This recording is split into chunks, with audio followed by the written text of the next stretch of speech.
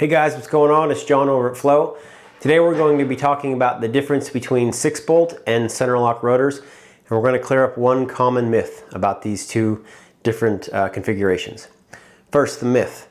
A lot of people believe that if you have a bike that currently has a Centerlock hub that accepts a Centerlock rotor, that you cannot put a wheel that has a 6-bolt hub with a 6-bolt rotor in that same system, and that's completely not true.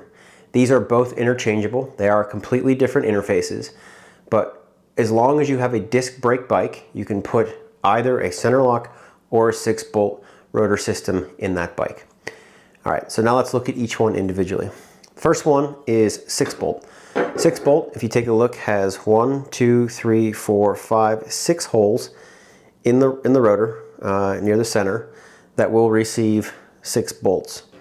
The hub on the wheel has the same thing. So you've got a pattern here, 1, 2, 3, 4, 5, 6 threaded inserts. So you take your rotor, you put it over top of those, that's 6-hole pattern, and then you take each one of the bolts and you thread them in. Now these bolts have a T25 fitting.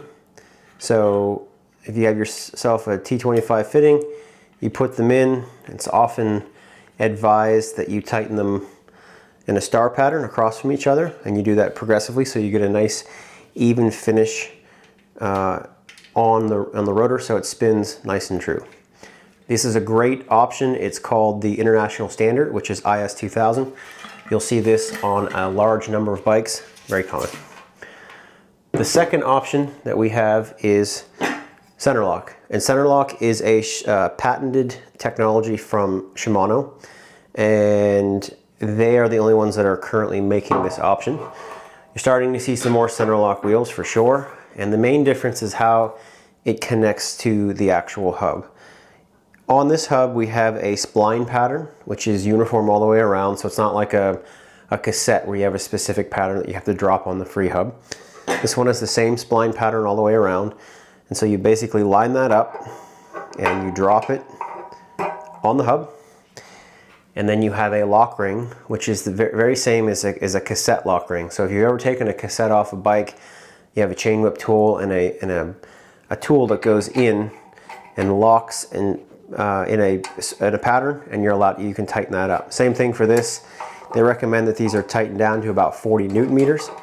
Once that is set up, you are good to go. So both technologies are equally as beneficial. I wouldn't say that one breaks better or one is better. You can say there are certain pros and cons to each, but as a technology, both are great disc brake technologies, and I hope that clears a few things up. Take care.